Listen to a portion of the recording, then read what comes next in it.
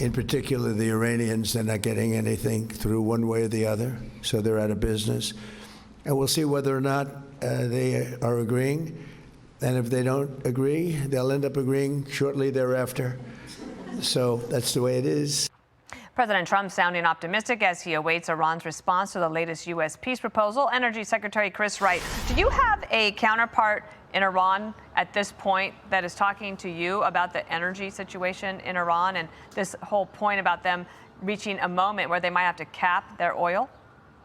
No, we do not have direct dialogues with the officials in Iran. I haven't at all in this administration. Obviously, through observation data, I'm watching what's happening with their energy system, but no direct dialogue with them. Okay, so let me point out to you this New York Times headline: Iran's oil sector and economy are under pressure as U.S. blockade bites. At what point do you believe that they might have to do that drastic step with their oil, that they run out of capacity? And number two, then how does that affect people here at home who are anxiously looking at gas prices every time they leave the house? Yeah, look, the Iran economy has been a train wreck for years, just a horribly mismanaged economy. And of course, they've terrorized their neighbors and done everything we've heard about. But they've already, it looks like they've likely already cut back their production, maybe by 400,000 barrels a day.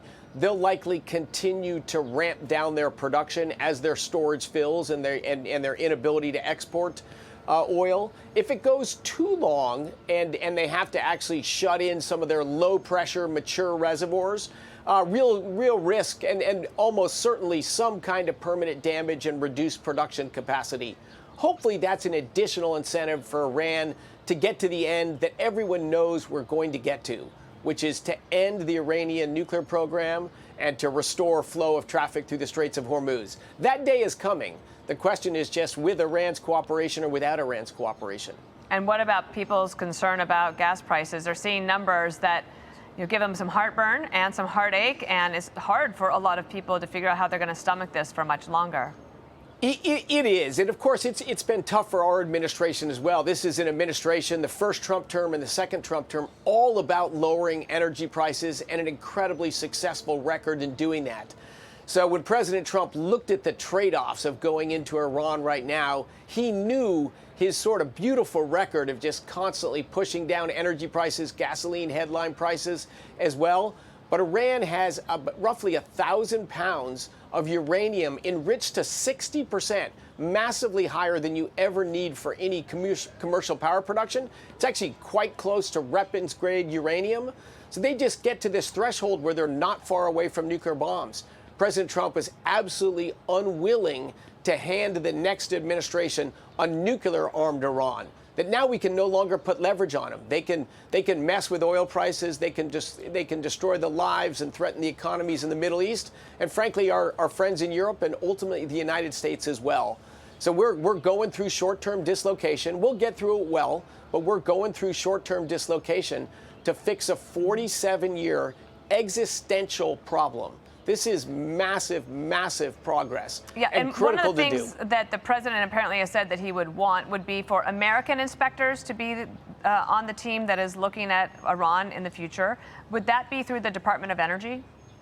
Yes, yeah. The United States expertise and handling of materials and all that, that's all within the Department of Energy. Of course, we are in constant dialogues about, how do we diagnose what materials they have, what we would do with materials if we remove materials outside of Iran. But absolutely, that would be from the DOE team. Okay. Today at the White House, top oil execs from Venezuela will be there. I imagine that's why you are there as well. And I know that they have ramped up their production. Here is President Trump last night on this meeting.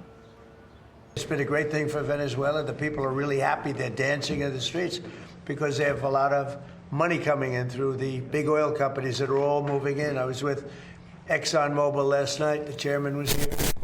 And we're talking about Venezuela, along with a lot of them. Chevron, they were all here last night. They all want to go there and elsewhere. And I'm sorry, that meeting was, of course, on Tuesday. There's just so much going on. I don't know why you are there today. But I wonder about this, because the oil is starting to flow.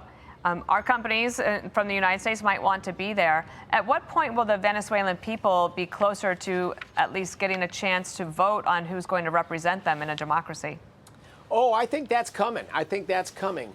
But, we're really, sort of phase one was stabilization. Phase two is trying to get some economic institutions in place. They still do not have a functional banking system. It is still a very poor country that's struggling. Growing oil production is a huge boost to the Venezuelan economy. It draws dollars and economic activity into Venezuela. We want to continue to see that move forward.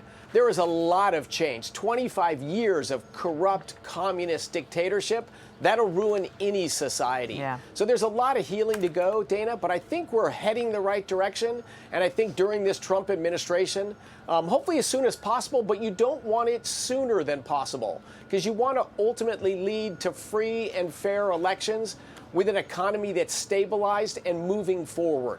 But I could not be more excited about what's happening in Venezuela and the absolute transformation of that country because of another example of President Trump's bold leadership. What everyone else did for 25 years didn't work. He innovated. He did something different. And it's to the win of the American people and massively to the win of the Venezuelan people and the whole Americas, our whole hemisphere. You want to tell us why you're at the White House? I'm at the White House all the time, and we talk about all different issues, Dana, some of which I'll share and some of which I won't. I was just guessing. Okay, great. Great to see you. Thanks so much. Be sure to like and subscribe for all the Fox News latest on YouTube and catch full shows streaming now on Fox One.